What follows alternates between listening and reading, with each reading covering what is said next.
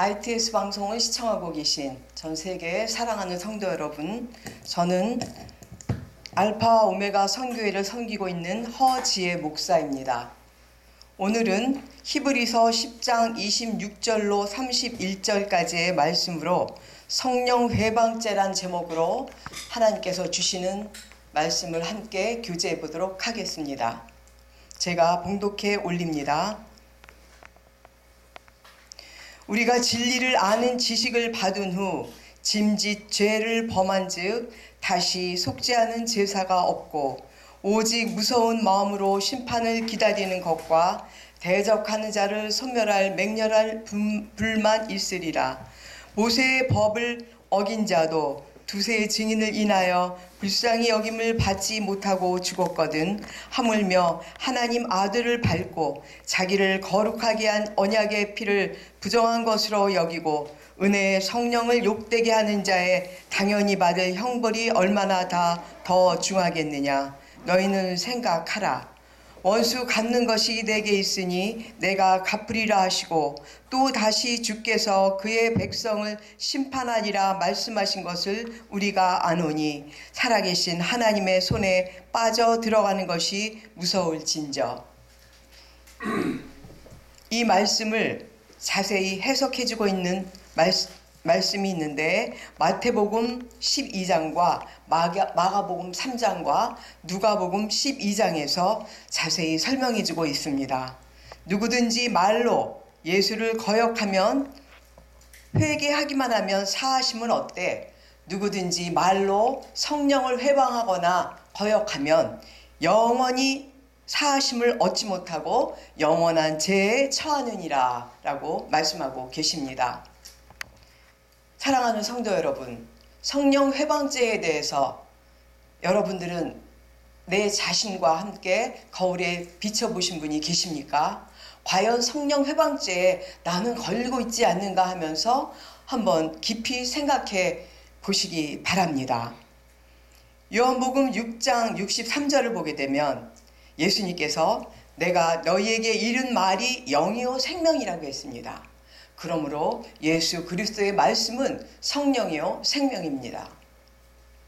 성령을 회방하고 대적하고 거역하는 것은 하늘의 법인 진리의 말씀을 거역하는 것이죠. 창세기부터 계시록까지 우리가 성령 회방에 걸려있는, 물론 창세기 구약 때는 성령 시대는 아니지만 하나님의 그 역사를 거슬려서 하나님께 벌을 받는 그런 말씀들도 많이 나옵니다. 우리 함께 교제해 봅니다. 구약 창세기부터 출애굽기 19장까지는 이제 양심의 법이 통치하는 시대였죠. 그러다가 출애굽기 20장에 모세에게 십계명을 하나님께서 주신 이후부터 예수님 30세 때까지는 율법이 지배하는 율법 시대였습니다. 그리고 예수님께서 공생의 기간 동안 믿음에 대해서 예수님께서 천국 복음을 선포하실 때 그때는 믿음의 법이 지배하던 시대였죠. 그러다가 예수님께서 죽으시고 부활하셨다가 승천하신 후에 성령께서 오신 후에는 성령의 법이 지배하는 성령 시대입니다. 그러나 지금은 우리는 계시록 11장 두 증인의 시대에 우리는 지금 살고 있죠. 그러므로 우리는 인의 법이 지배하는 그런 시대에 살고 있습니다. 그러나 생명의 성령의 법을 통과하지 못한 자는 인의 법에도 통과할 수 없는 것이죠. 창세기에 보게 되면 레위기 4장에 제사장과 온 회중과 족장과 평민들이 죄를 짓게 되면 각자 그 빈부의 차이나 직분에 따라서 그 속죄하는 제물이 다 다릅니다. 제사장이나 온 회중은 수송아지로 속죄제를 올리고 또 족장은 수염소로, 평민은 또 암염소로 제사를 지냈는데 또 아주 가난한 자들은 산비둘기와 집비둘기 2마리 그리고 고운 가루 에바 10분의 1로 이제 제사를 지내는 것이 레위기에 나옵니다. 여호와의 금령 중에 하나라도 범한 자인가 아니면 또 부지 중에 증언할 공적 책임을 무시한 자인가, 부지 중에 어떤 부정한 것을 만진 자인가, 그리고 부주의로 맹세한 자인가, 이런 법에 해당한 자는 하나님께 속죄제로 이제 회개해야만 하나님에 대한 그 죄가, 하나님께 대한 죄가 이제 속죄함을 받는다라고 이제 구약에는 그런 제사법을 통해서 속죄함을 받았죠. 그러나 이제 그러다가 아론 대제사장이 제사를 드릴 때, 속죄제를 드릴 때 하나님께서 불을 내려주시며 여호와의 제단에 불로 이제 제사를 드리게 됩니다. 그러나 그 아들 나답과 아비후가 다른 불을 썼다가 즉사하는 장면이 성경에 나옵니다. 그리고 아간, 그 아이성이 여리고를 함락했던 그 여호수아가 아이성에서 패하자, 그 이유가 아간이 하나님을 속여 그 아간의 탐욕으로 성령을 속인 그 죄로 아이성에서 패하게 됨을 알게 되자 아간과 그 가족들은 모두 즉사하게 됩니다. 그리고 이제 레위 자손 중에 고앗 자손 중에서도 기름 부음을 받은 그 고앗 자손만이 만질 수 있는 언약궤를 이제 우사가 만지자 바로 즉사하는 그런 장면이 또 성경에 기록되어 있죠. 그리고 사무엘 하를 보게 되면 다윗 왕의 죄가 나옵니다. 다윗 왕은 육적인 죄와 영적인 죄를 졌지만, 육적인 그 살인죄와 간음죄를 졌었지만 침상이 눈물로 젖을 정도로 회개를 하여서 하나님과의 관계가 회복이 되죠. 그러나 그 보응으로 그 자식들이 서로 간음하고 살인하는 그런 보응을 받게 됩니다.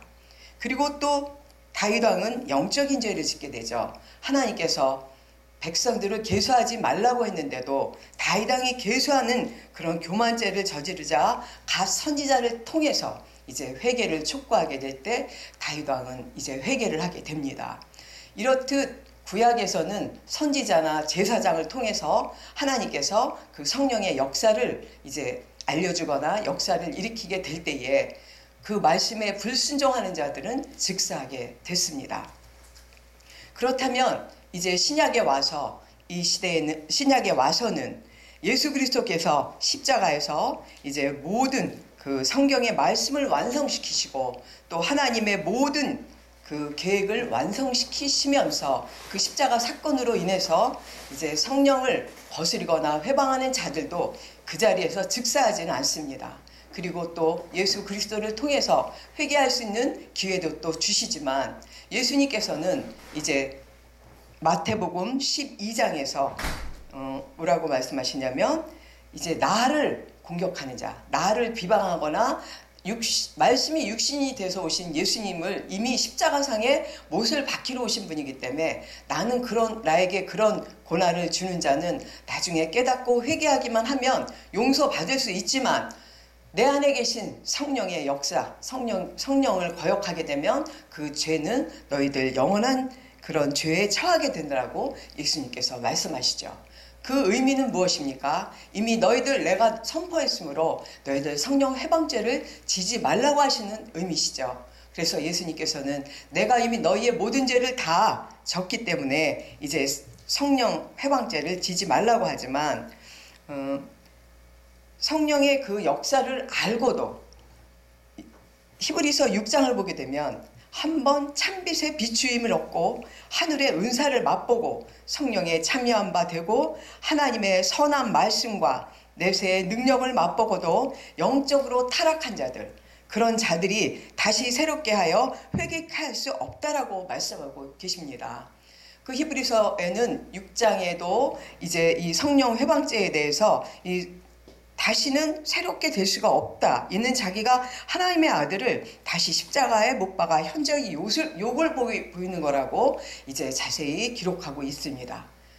그리고 이 본문을 보게 되면 이제 짐짓죄가 나오는데, 이 짐짓죄는 알면서도 지은 죄를 얘기하죠.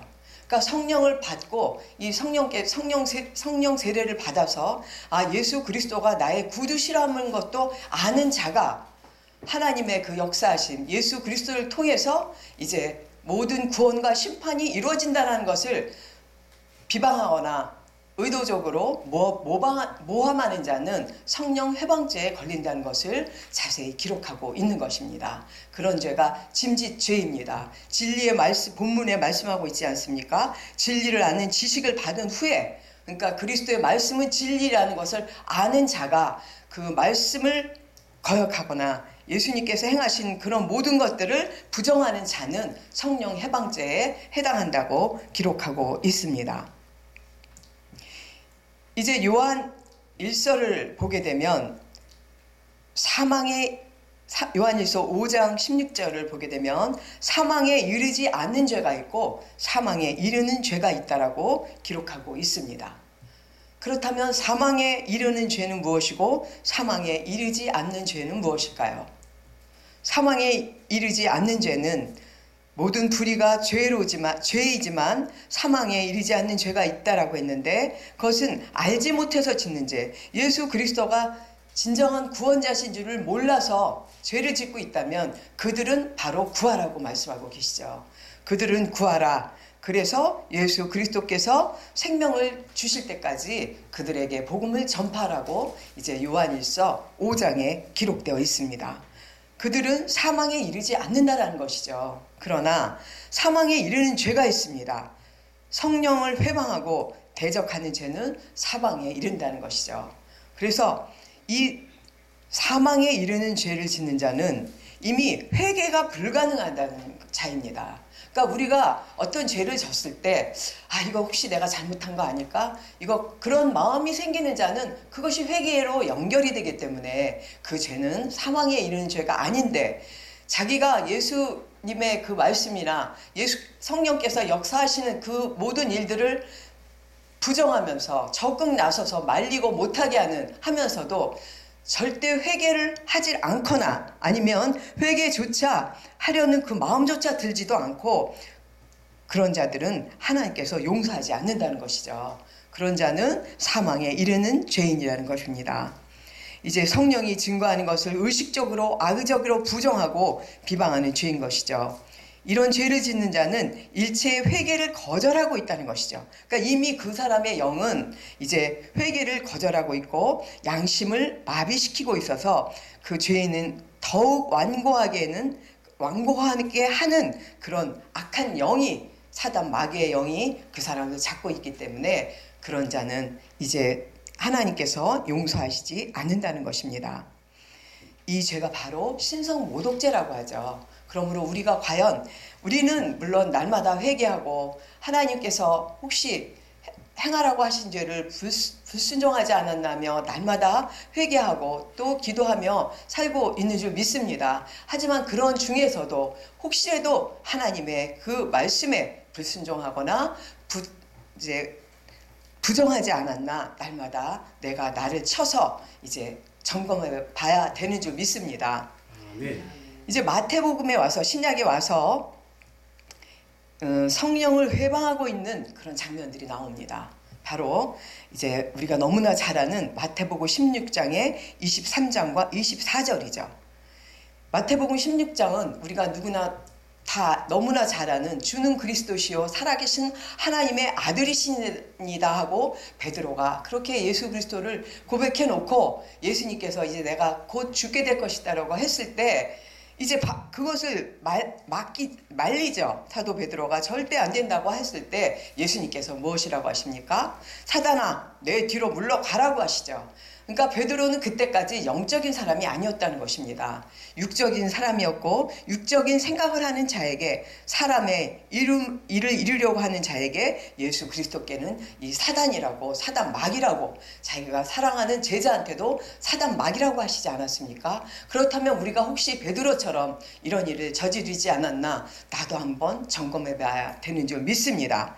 그리고 또 24절을 보게 되면 예수님께서는 무엇이라고 하십니까? 자기를 부인하고 나를 따르는 자만이 이제 나의 제자라고 하는 예수님은 말씀하시죠. 그러니까 나를 부인하는 것이 무엇입니까? 사람의 일, 내가 생각하고 있는 육적인 나를 위한 일, 또 내 주변이나 뭐 이런 것들을 위한 일은 육적인 일이고, 오직 하나님만, 예수님을 위하여, 하나님을 위하여 내가 무엇을 할까 하고 이제 내 자신을 죽이고 오직 그리스도의 말씀대로 따라가는 자만이 이제 우리가 성령 해방죄에 걸릴 수 있는 그런 조금이라도 그런 것을 보이지 않는다는 것이죠. 그래서 우리는 날마다 나를 부인해야 되는 줄 믿습니다. 그리고 이제 우리가 또 요한복음 13장 2절을 보게 되면 가룟 유다에게 가룟 유다는 본래 마귀 사단이 아니었죠. 그런데 가룟 유다가 예수님을 의심하게 되죠. 과연 이 사람이 우리를 구원할 수 있는 모세와 같은 그런 능력자냐, 아니면 다윗 왕과 같이 우리를 그렇게 다스릴 수 있는 자냐 하면서 이제 의심이 들어가자 바로 사단 마귀가 틈타게 되죠. 그렇듯이 우리도 예수 그리스도를 의심하거나 그랬을 때 사단 마귀가 틈탈 수밖에 없다는 것입니다. 우리가 처음에는 예수 믿고 구원 받을 때는 우리도 바로 그때는 성령세를 받으며 성령의 사람이었죠. 그러나 우리가 10년 20년 교회 다니면서 내가 세상에 살면서 내 자신이 첫사랑을 그대로 지키고 있는가 날마다 점검해 봐야 되는 줄 믿습니다. 그래서 이제 나는 어떠한가, 우리는 수시로 하나님 일을 방해하거나 회방하는 그런 성령 회방죄에 이제 짓고 있지 않나, 성령 회방죄를 짓고 있지 않나 날마다 점검하면서 우리는 조금 더 하나님 앞에 부끄러움이 없는 그런 하나님 나라의 백성이 되시길 주님의 이름으로 축원드립니다. 감사합니다. 네.